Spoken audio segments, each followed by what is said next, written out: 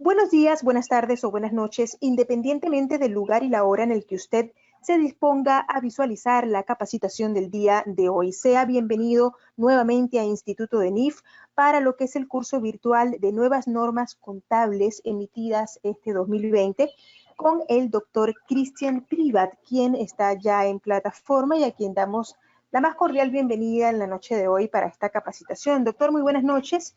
Bienvenido nuevamente hasta su casa. Siempre un placer poder tenerle en esta plataforma para las capacitaciones y pues cedo la plataforma para que usted pueda dar las palabras iniciales a la audiencia y seguido a ello dar inicio a la sesión del día de hoy. Adelante.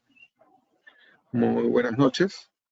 El día de hoy vamos a iniciar el proceso, digamos, de dictado de lo que es la parte final de los seminarios relativas a las últimas normas contables. Vamos a presentar la presentación, que si bien es cierto es la fecha anterior que estaba programada. Este tema de las normatividad contable o otras normatividades contables están divididos en un dictado de 6 horas, 3 horas que se dictan el día de hoy, de 7 hasta las 10, y las otras 3 que se dictan el día de mañana.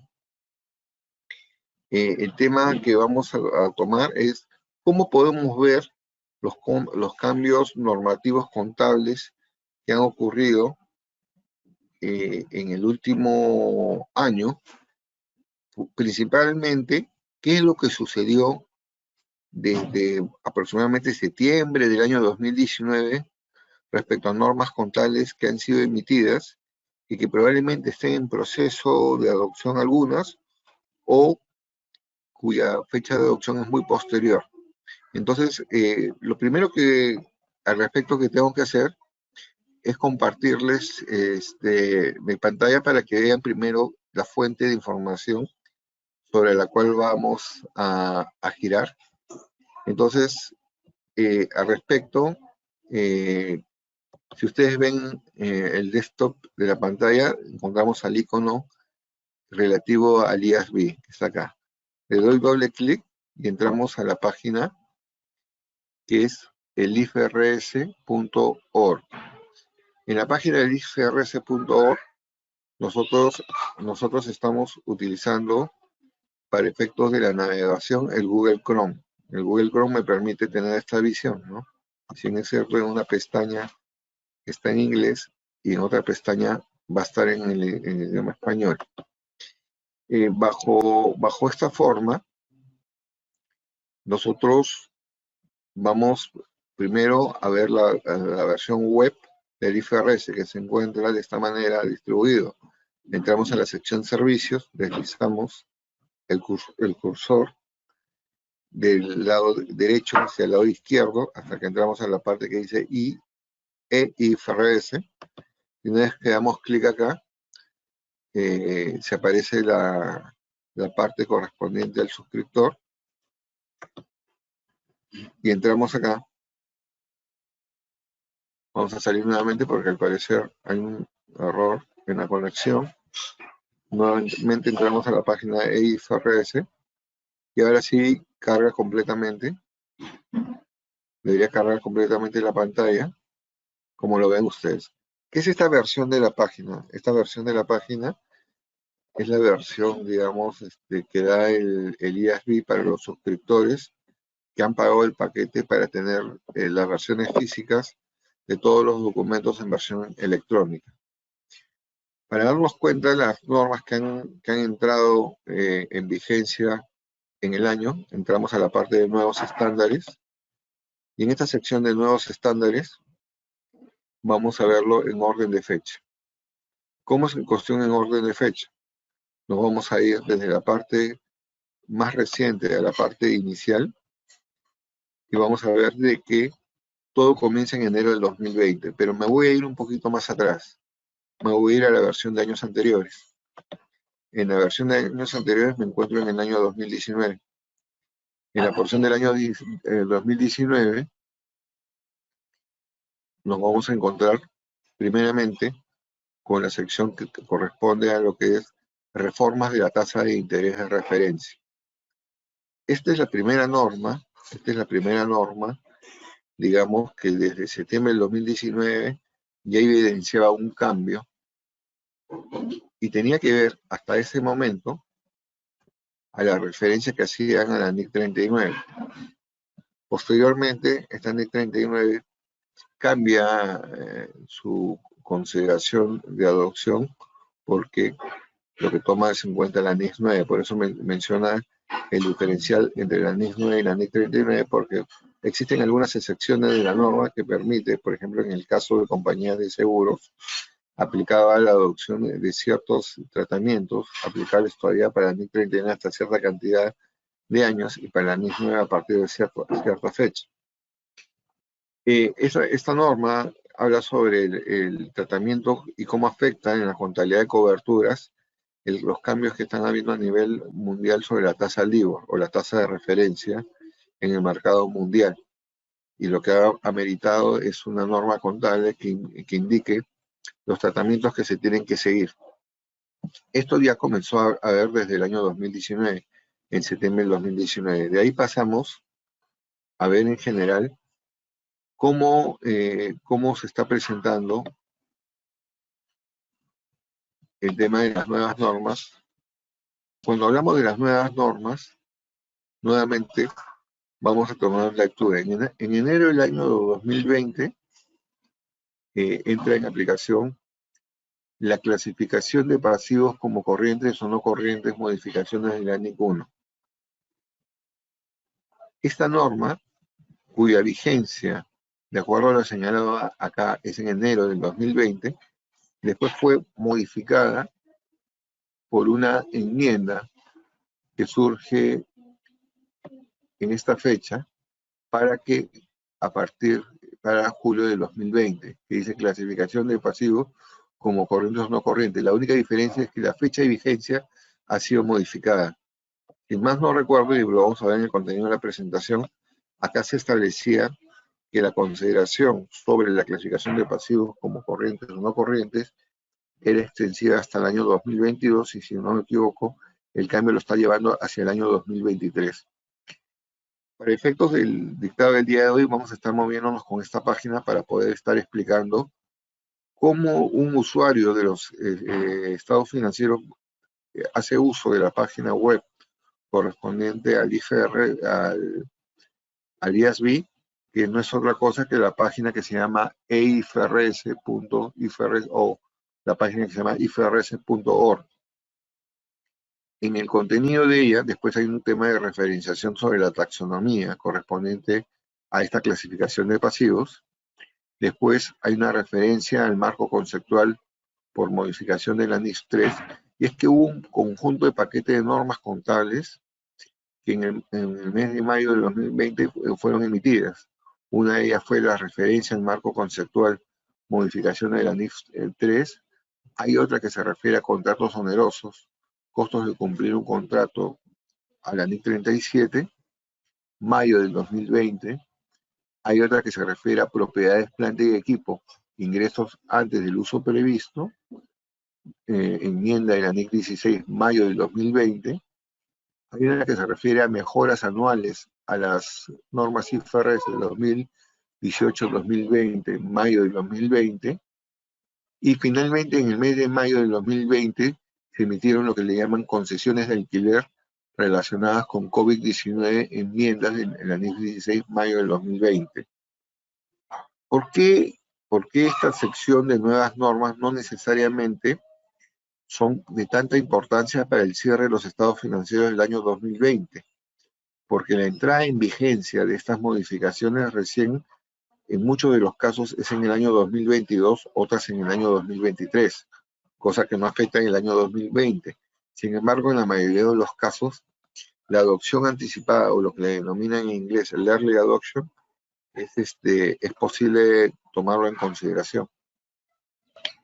Después sale un conjunto de normas en junio del 2020 correspondientes a la extensión de la extensión temporal de la aplicación de la NIS 9. Hay una enmienda que va en línea con la NIS 4 y después hay la norma de la NIS 17 de seguros. que está... Nosotros, para estos efectos, solamente, no es una clase para hablar específicamente de las normas contables, sino para contar en forma resumida y extractada lo que se refiere y cuál es la importancia de estas normatividades contables.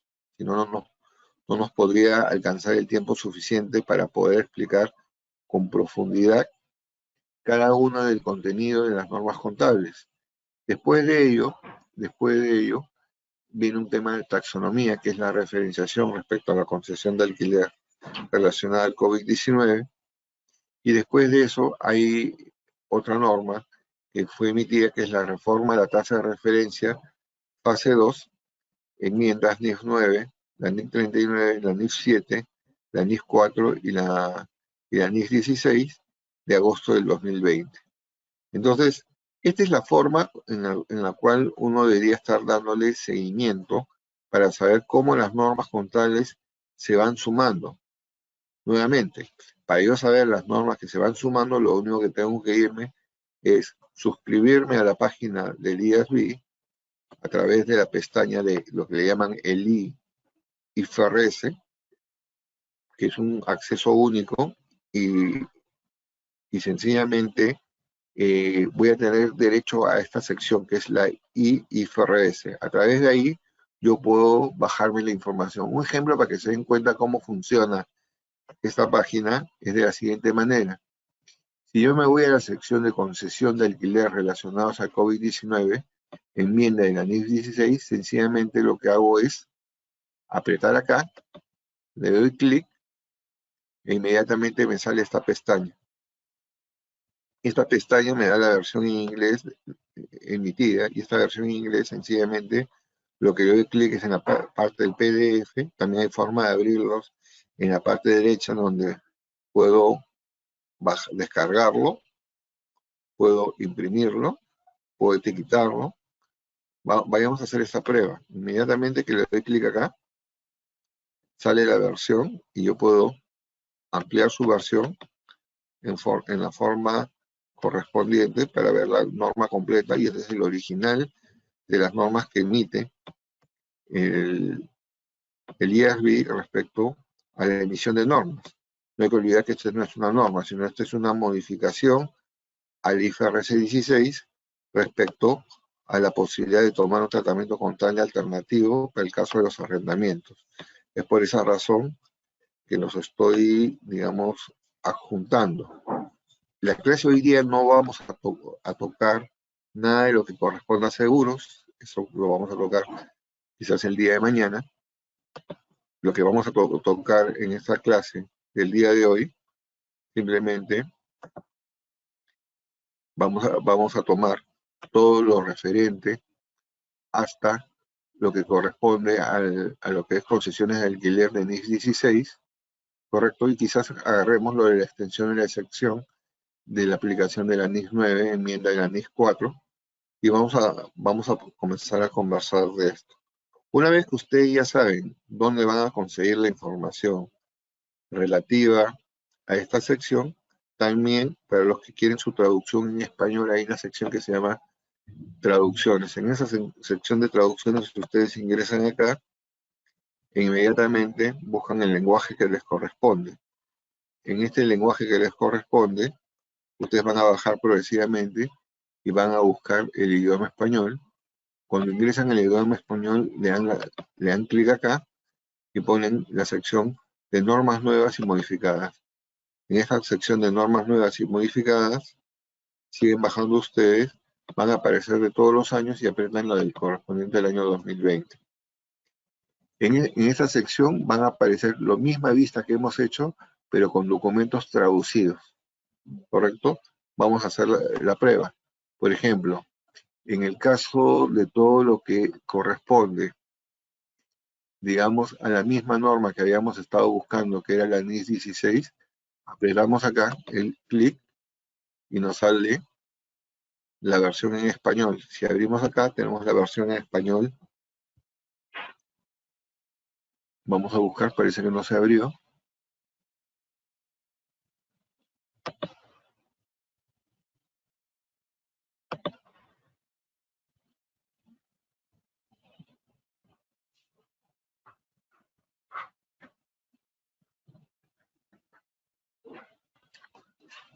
A ver, nuevamente.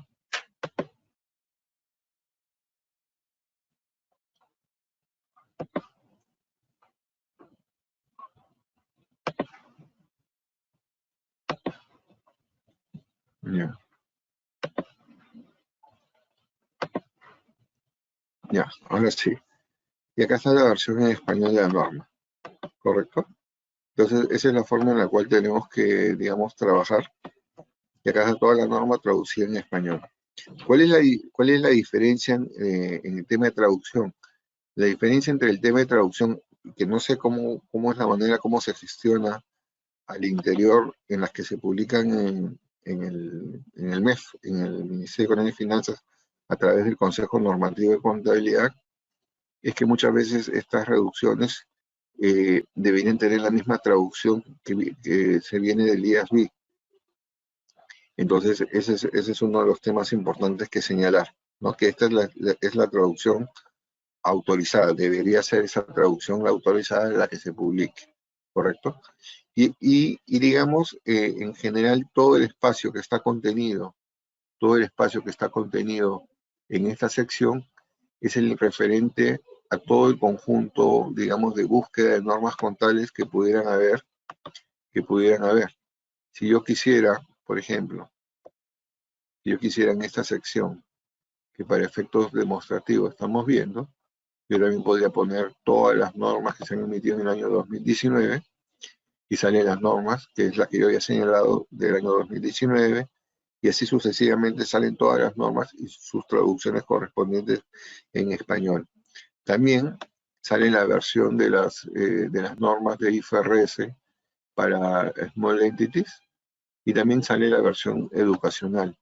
En esta versión educacional hay una guía excelente de lo que es el tratamiento de la medición del valor razonable y que da muchos ejemplos ilustrativos.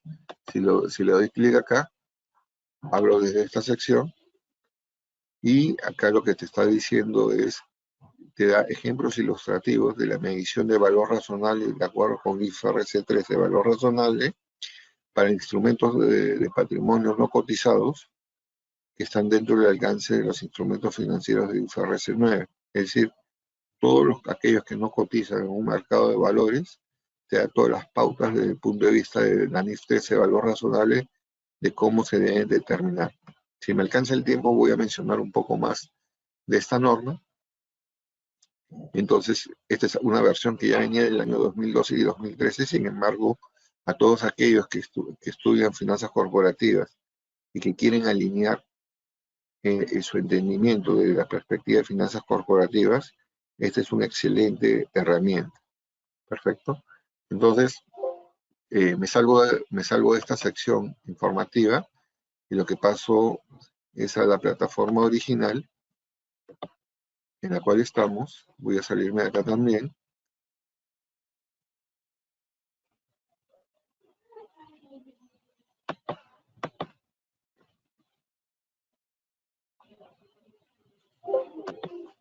Correcto. Entonces ahora lo que voy a presentar el material original que hemos estado presentando y nos quedamos en esta sección.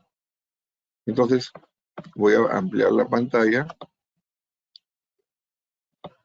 y tal y como lo habíamos mencionado, hemos visto cuál es la fuente de información a partir del cual comenzamos nosotros a poder encontrar la información que está en la suscripción del ifrs.org y cómo accedo a ella.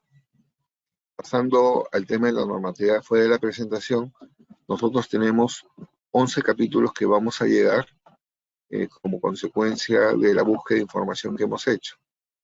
¿Por qué es importante esta sección de clase? Esta sección de clase es importante porque nos hace entender que la información relativa al IASB y al IFRS está contenida en el portal de www.ifrs.org y esa información, hay una información que es para uso público, pero hay una información que es restringida para usuarios y suscriptores. Esa información que es para suscriptores que le permite tener el beneficio de bajar información original sobre los PDFs, que son información solamente para suscriptores. En esa información para suscriptores hay una sección correspondiente a las normas contables referidas a las nuevas emisiones que nos permite determinar un índice de correlación de las normas.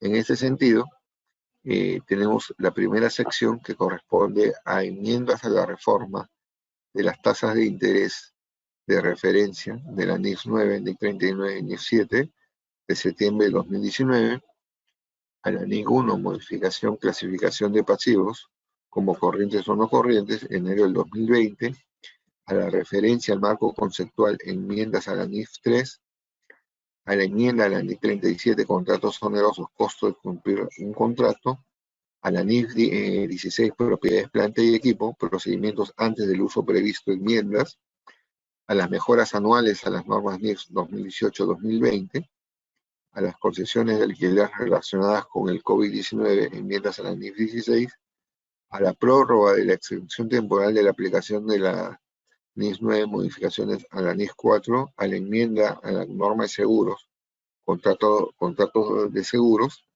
a la reforma de la tasa de interés de referencia fase 2, enmienda de la NIF 9, NIF 39, NIF 7, NIF 4 y NIF 16, agosto del 2020, que toma en consideración la norma que corresponde a septiembre del 2019 y unos anexos de importancia. Entonces, vamos a comenzar a hablar lo referido a esta primera parte que habla sobre la norma que ya estaba en vigencia en el mes de septiembre del 2019. Esta enmienda a la reforma de la tasa de interés de referencia a la NIF 9, NIF 39, NIF 7, septiembre del 2019, que es la que voy a mostrar, ¿cuál es su introducción? Dice, las tasas de interés de referencia, Interest Rate Benchmark, entre las que se encuentran la denominada tasa interbancaria ofrecida, Interbank Offered Rate LIBOR, es lo que le llamábamos la tasa LIBOR, que ha sido modificada y descontinuada, y desempeñan un papel muy importante en los mercados financieros mundiales. Dichas tasas de interés de referencia indexan una amplia variedad de productos financieros por billones de dólares y de otras monedas que incluyen desde hipotecas hasta instrumentos derivados.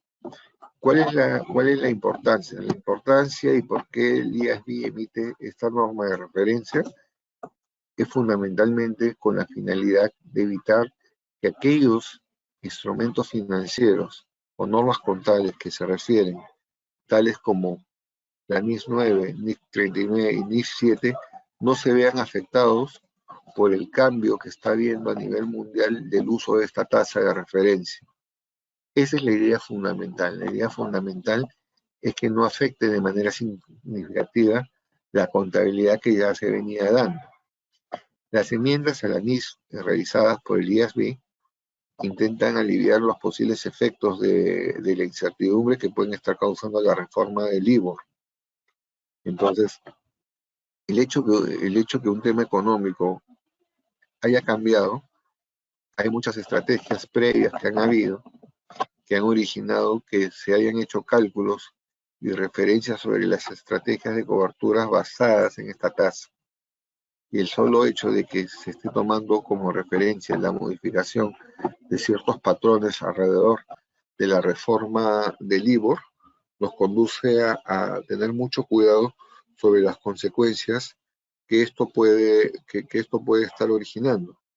Es por esta razón que el 26 de septiembre del 2019, el IASB, que es el International Accounting Standard Board, que es la Junta de Normas Internacionales de Contabilidad, finalizó la fase 1 del denominado proyecto de la reforma IBOR y publicó el documento de la reforma de las tasas de interés de referencia de la reforma, que contiene modificaciones a la NIF 9, instrumentos financieros, a la NIF 39, instrumentos financieros, reconocimiento y medición, y a la NIF 7, instrumentos financieros, información a revelar.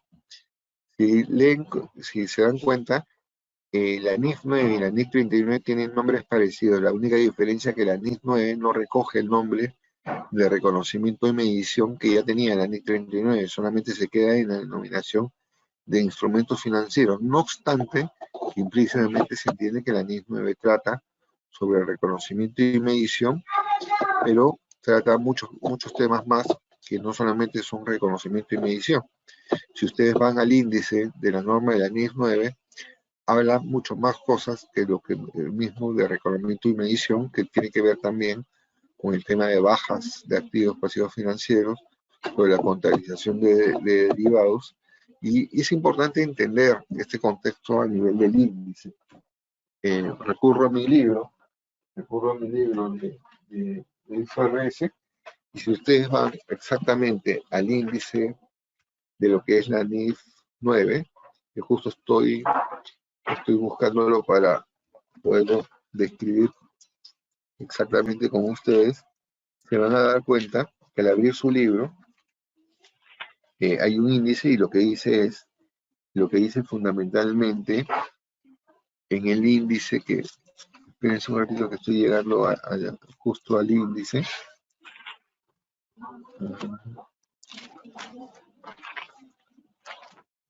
Ya.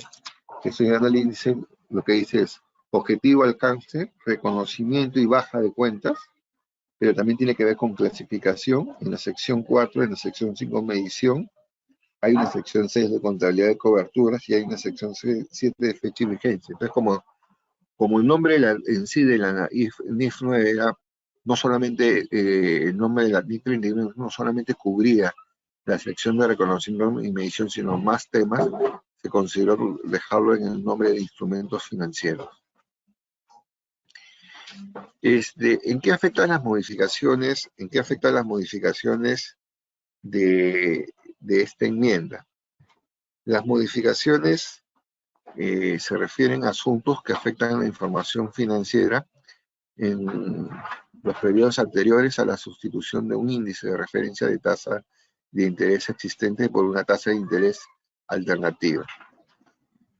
Estas enmiendas brindan un alivio de las evaluaciones altamente probables y prospectivas requeridas por la NIC 9 y la NIC 39 para las relaciones de cobertura que se ven afectadas por las incertidumbres de la reforma IBOR.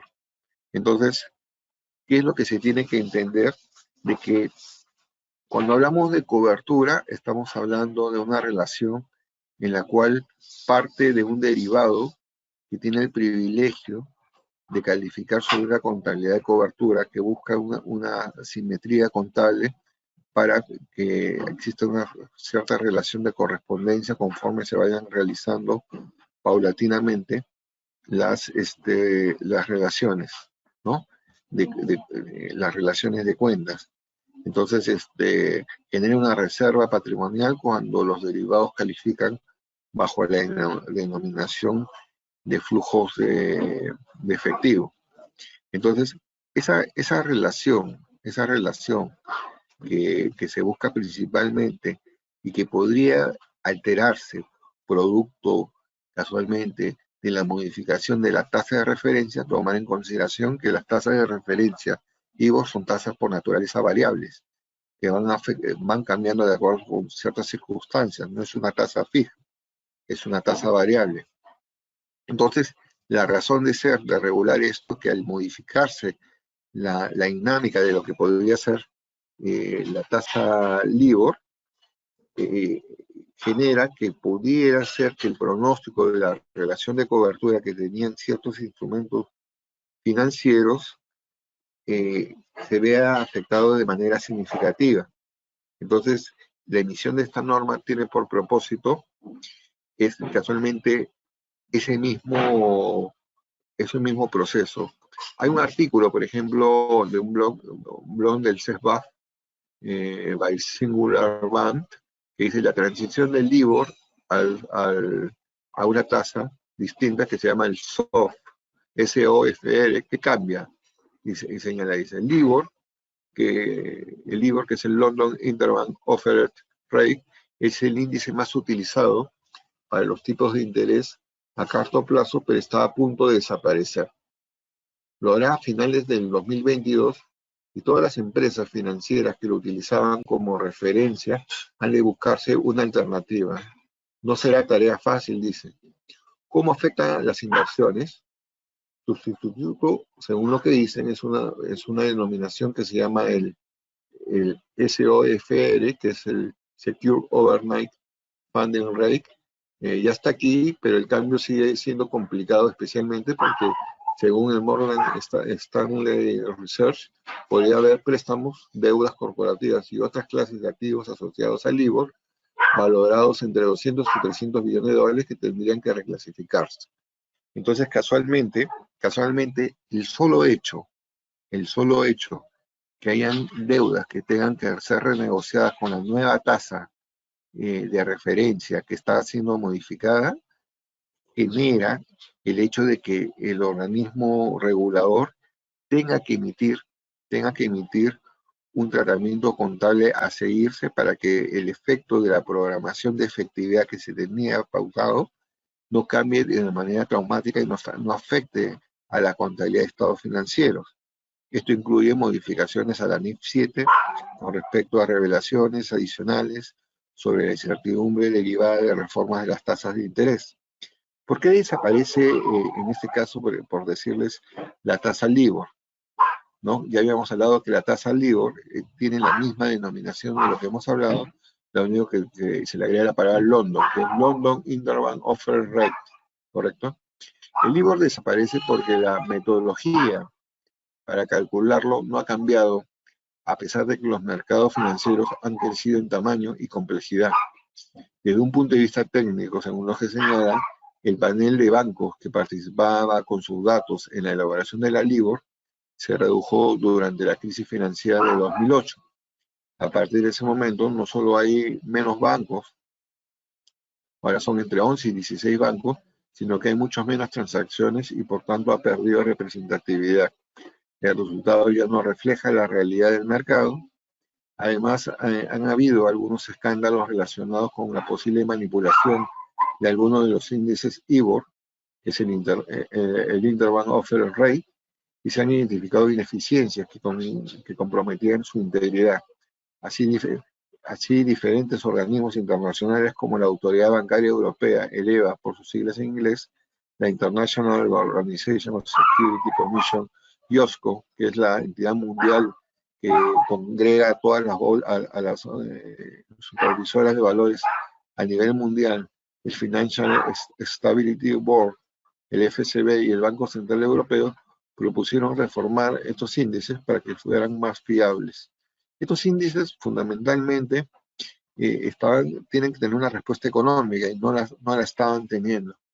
El resultado son toda una familia de nuevos indicadores propuestos por distintos comités. Uno es el SOFR en Estados Unidos, el SONI en Gran Bretaña, el TON en Japón, el ESTER en Europa, el CORRE en Canadá, el SARON en Suiza, el RBA en CashRate en Australia o el ONLA en Hong Kong. ¿Cuáles son las diferencias entre el LIBOR y los nuevos indicadores? Y un poquito que estoy tratando de explicar este tema porque para ya no volverlo a repetir, que si bien es cierto, por ejemplo, el LIBOR y el SOFR reflejan los costos de presentar dinero a corto plazo, hay diferencias claras entre uno y el otro. El SOFR se crea a partir de datos de transacciones realizadas frente a las transacciones esperadas, como sucedía antes de la modificación del LIBOR.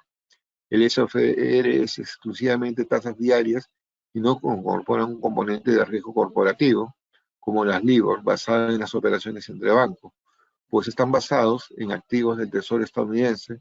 Por todo ello, los cambios son complicados, pues no basta con cambiar uno por otro, sino que se requieren ciertos ajustes en los contratos existentes. Los reguladores quieren que las instituciones incluyan cláusulas en los nuevos contratos que aclaren las diferencias entre el LIBOR y el SOFR, porque si no, no va a ser muy sencillo la transición para que un préstamo que tenía establecido una tasa de interés LIBOR pase a una tasa de interés sobre otro marco de referencia como el SOFR. Y acá, ¿qué implican estos cambios, no? Por ejemplo, en Estados Unidos los productos más expuestos a cambios son ciertos bonos o activos inmobiliarios respaldados por hipotecas. Y podemos estar hablando de temas mucho más complejos de respaldo, pero fundamentalmente, al ser estas tasas de interés de referencia que sustentabas de determinados préstamos, al carecer de respaldo y de credibilidad y no expresar la realidad económica que representa el riesgo, no hay que olvidar que las tasas de interés representan la valoración del riesgo o la compensación del dinero en el tiempo, pero sumado principalmente por el nivel de riesgo. Y si la sensibilidad o la variación de esas tasas variables no tenía relación con la situación económica, entonces iban a haber ciertas protestas en cuanto a los efectos que estos cambios podían tener y en la valoración de los instrumentos financieros. ¿Cuál es el resumen principal de las modificaciones que se introdujeron en las enmiendas?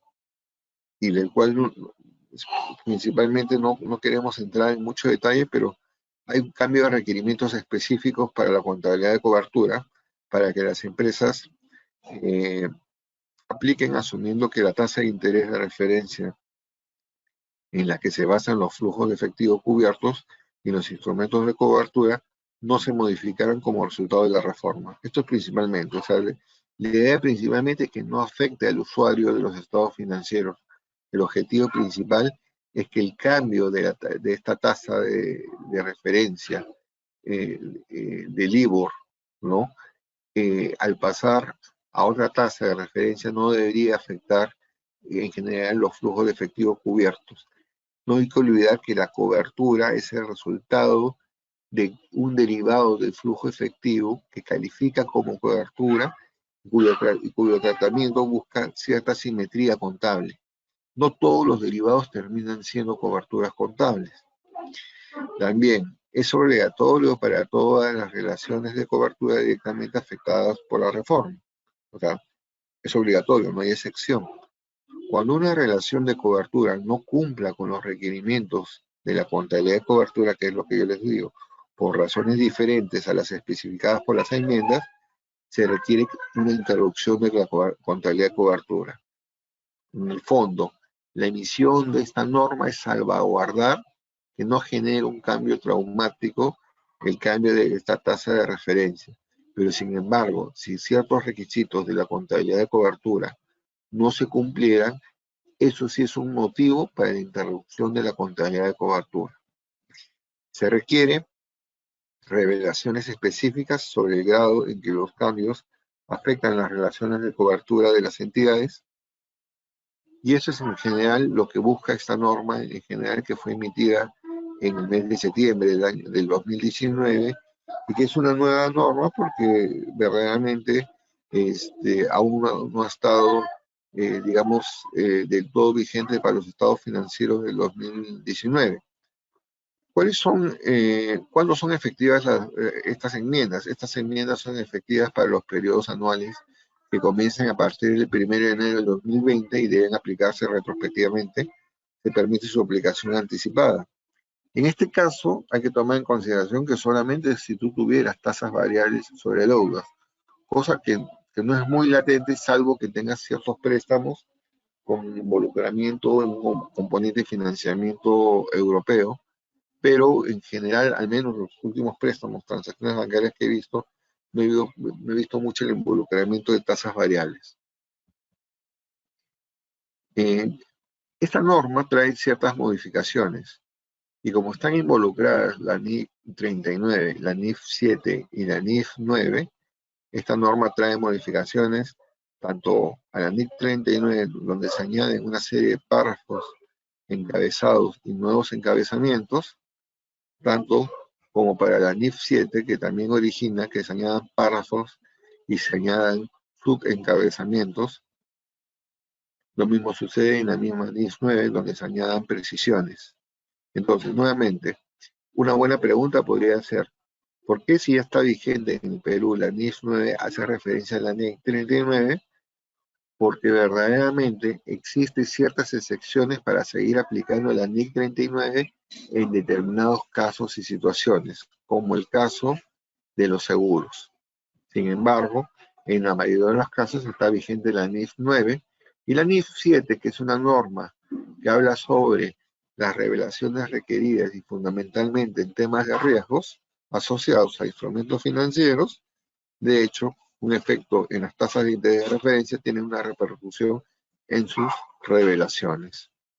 Entonces, esto es lo que se refiere a esta primera norma de modificación, y si queremos hacer un recap respecto a ella, solo podemos decir que esta norma está hecha para asegurar que la modificación en la contabilidad de coberturas no se realice por el efecto de un cambio de la tasa de referencia en la cual estaba cifrada sobre una tasa variable de un financiamiento original. Lo que se busca fundamentalmente es tratar de que el efecto, cualquier efecto de descalce en la contabilidad de cobertura sea por un hecho distinto a esta relación. Existen cambios en las normatividades, existen cambios en las normatividades, existen cambios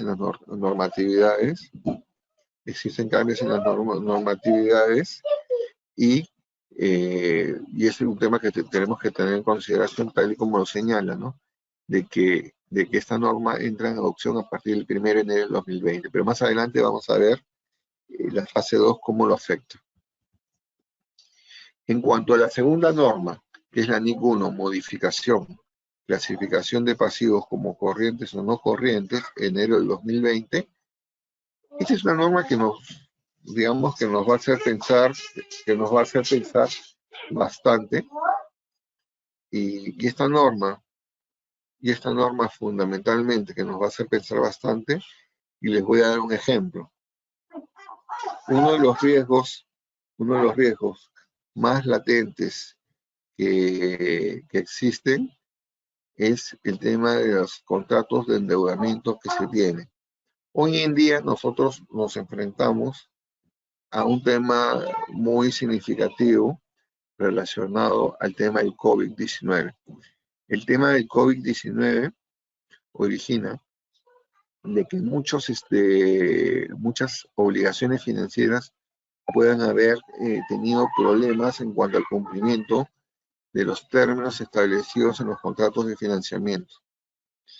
El hecho de que, primero hay que definir qué es un covenant en sí, ¿no? Un covenant en sí es un cumplimiento de cláusulas establecidas en los contratos de endeudamiento que hacen que una deuda bancaria se termine acelerando. El hecho que una deuda bancaria se termine acelerando se origina fundamentalmente porque al variar ciertas condiciones económicas, algunos índices o ratios financieros exigidos no se cumplen. Cuando hablamos de covenants, podemos decir que existen covenants financieros y covenants no financieros en un contrato de deuda. Los covenants que son de naturaleza no financiera son aquellos que tienen que ver con cumplimientos cualitativos establecidos, como cumplimiento con garantía, cumplimiento con avales, cumplimiento con autorizaciones, firmas, cumplimiento con presentación de cierta documentación.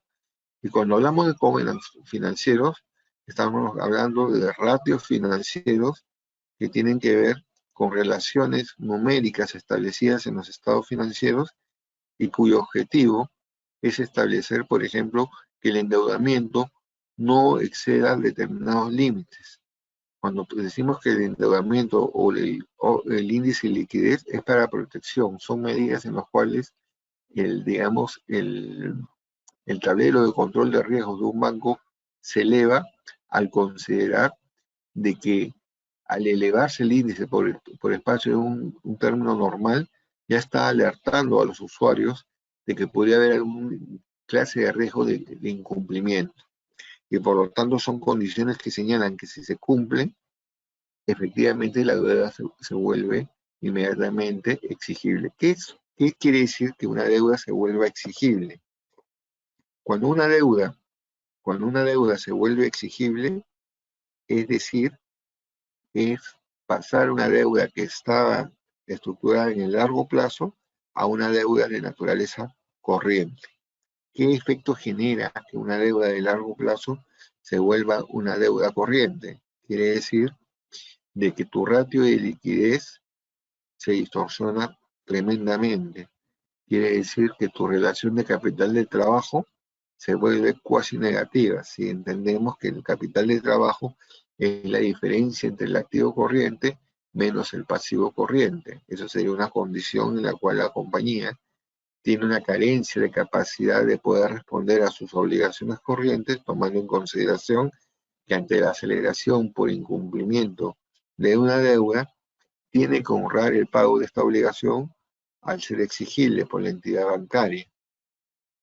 También sucede lo siguiente: a veces la situación es una escalera de aceleración tremenda, porque cuando una deuda se vuelve por incumplimiento, las demás deudas que tenían ratios financieros vuelan, terminan volando porque una empuja a las demás a que vuelen inmediatamente, ¿correcto?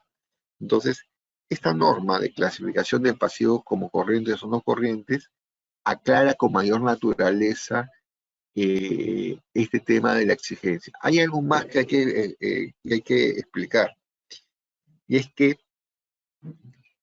en ANIC 1 había un acápite que señalaba de que si tú tenías un incumplimiento en Covenant, si se volvía exigible, tenías la capacidad de que la gerencia pudiera solicitarle a las autoridades correspondientes bancarias una carta que se llama carta de exención. Esta carta de exención le permitía conseguir una prórroga para que no le ejecuten la aceleración del cobro de la deuda por incumplimiento. Pero tomando en consideración lo establecido por la NIC 10 de eventos subsecuentes, lo que se pedía que esa carta de exención llegue antes del 31 de diciembre, porque si esa carta llegaba después del 1 de enero, inmediatamente la clasificación que se tenía que dar a la clasificación de los pasivos como corrientes iba a ser totalmente, digamos, de presentación exigible. Nosotros tenemos que entender fundamentalmente el tema de que la clasificación de los pasivos como corrientes o no corrientes tiene que ver con el estado financiero cerrado al 31 de diciembre de un año. Y esto quiere decir que si la carta yo la recibo el 1 de enero, así sea el primer día, quiere decir que yo no puedo aplicar la clasificación de la deuda correspondiente como una clasificación, digamos, de que no sea exigible. Basta que sea el 1 de enero para que ya sea corriente. Si la recibo antes del 31 de diciembre, va a seguir siendo a largo plazo. Y esa es la medida principal. ¿Cuál es el problema? Yo he contado un poco el contexto en general de toda la problemática que subyace a este tema de la NIC 1 enmienda. Entonces, el 23 de enero del 2020, el ISB emitió una enmienda de alcance limitado de la NIC 1 para aclarar que los pasivos se clasifican como corrientes o no corrientes dependiendo de los derechos que existan al final del periodo sobre el que se informa. Cuando la norma establece que la NIC 1 aclara que los pasivos se clasifican como corrientes o no corrientes dependiendo de los derechos que existan al final del periodo, se entiende que el final del periodo es el último día del periodo.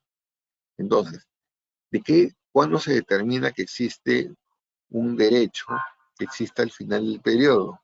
Cuando yo tengo la carta de exención. Esta carta de exención es la única que elimina ese derecho prevaleciente de la entidad bancaria a exigir su deuda, porque le está dando una pauta para pagarla después. ¿Qué pasa si esa carta no llega a esa fecha? Quiere decir que estos derechos o esta clasificación como corriente se tiene que dar de todas maneras porque no lograste esta carta de exención. Ese es fundamentalmente lo que dice la norma en cuanto al tema de clasificación. La enmienda requiere lo siguiente, que dice: los pasivos se clasifican como no corrientes si la entidad tiene el derecho sustantivo de diferir la liquidación durante al menos 12 meses al final del periodo sobre el que se informa. La enmienda ya no se refiere a derechos incondicionales, ya que los préstamos rara vez son incondicionales. Por ejemplo, porque el préstamo podría contener convenios. Entonces, esa palabra incondicional es una palabra que probablemente nunca debió haber contenido, y lo que está haciendo el regulador en este momento es corregir efectivamente lo establecido en esta norma para darle el valor real que generan en las obligaciones reales. Dicen, los pasivos se clasifican como corrientes si la entidad tiene el derecho sustantivo de diferir la liquidación durante al menos 12 meses, al final del periodo en que se informa. La enmienda ya no se refiere a derechos incondicionales. Entonces, ¿qué se entiende? La clave es qué se entiende por derecho sustantivo de diferir durante al menos 12 meses. Es la capacidad que le confiere para poder, digamos, extender una liquidación 12 meses consecuentemente posteriores, ¿no?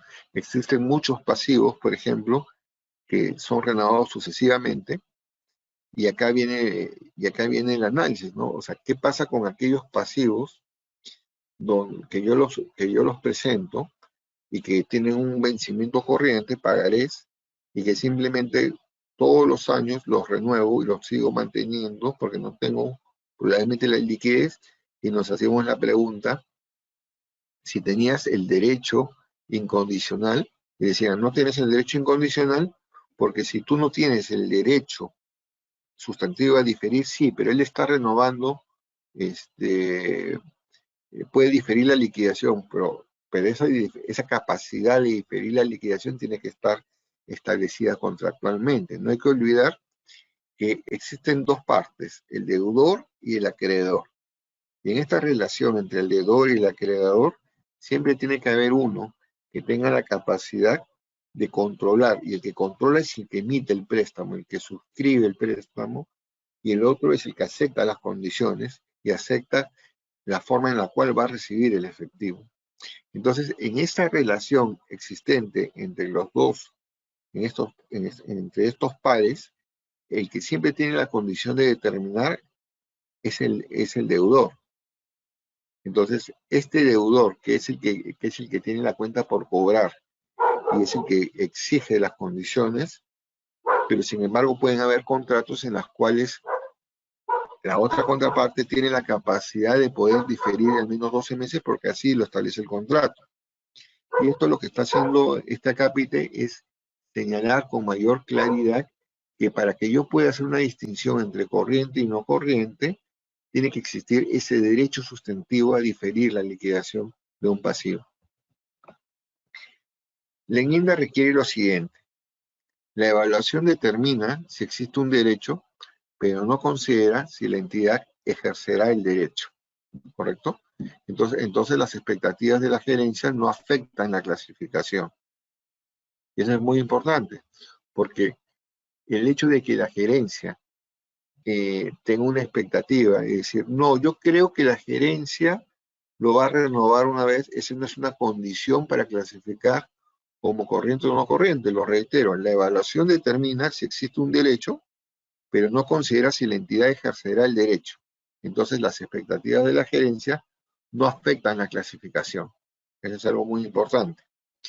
El derecho a diferir solo existe si la entidad cumple con las condiciones pertinentes en la fecha de presentación del informe. Esto quiere decir, nuevamente, nos remitimos al punto 1, cuando dicen, los pasivos se clasifican como no corrientes si la entidad tiene el derecho sustantivo. Pero no obstante que eso se genere, no obstante que eso se genere, ello puede generar un tema digamos, de exigibilidad por los 12 meses. Entonces, cuando señala de que tú tienes el derecho sustantivo, no funciona solo. Tienes el derecho sustantivo, pero tienes que accionar algo.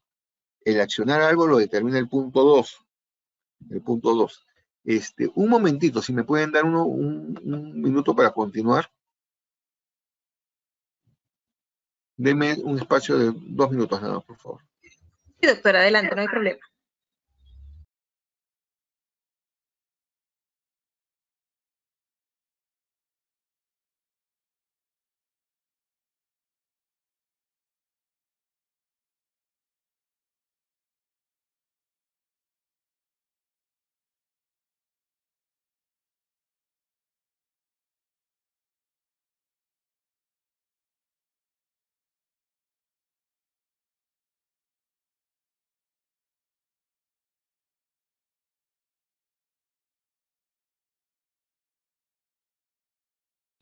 Ya, seguimos adelante.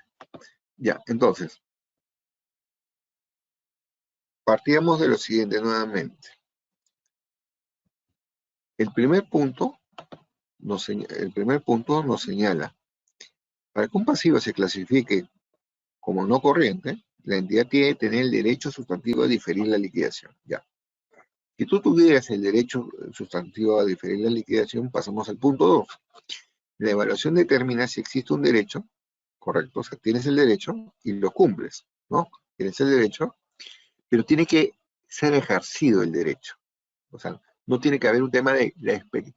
Tú no te puedes valer porque sabes que tienes el derecho y la gerencia tiene la expectativa. Con esto nos tiramos abajo todos aquellos que decían, este pasivo lo tengo que clasificar, pero no solamente es clasificar, sino tienes que ejercer ese derecho. Y lo tienes que documentar, lo tienes que probar. ¿Correcto? Entonces dice, el derecho a diferir solo existe si la entidad cumple con las condiciones pertinentes en la fecha de presentación del informe.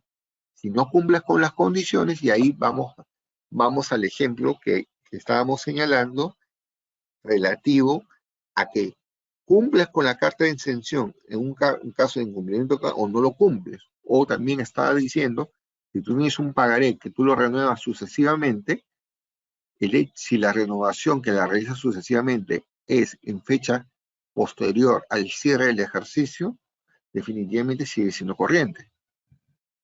¿Correcto? Sigue siendo corriente. Un pasivo se clasifica como corriente si se viola una condición en la fecha del informe o antes. Este es el caso exactamente del incumplimiento de covenant y se obtiene una exención después de la fecha del informe. Un préstamo se clasifica como no corriente si se infringe un pacto después de la fecha de presentación. Con lo cual, nos resumimos en que existen dos condiciones. El primero ejemplo aplicable acá es el caso de cumplimiento de covenants.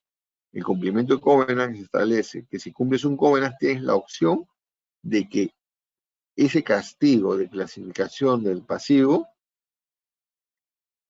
se tenga que presentar como corriente. Salva la presentación de corriente si antes de lo que corresponde al cierre del ejercicio, tú tienes la capacidad de presentar esta carta. Si después de esto lo presentas, lo siento, no vas a poder cambiar la clasificación como corriente.